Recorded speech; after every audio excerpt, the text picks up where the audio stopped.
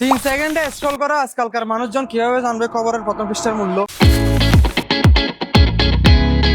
Reels আসার আগেও একটা ফিড ছিল, সেটা হচ্ছে নিউজ পেপার।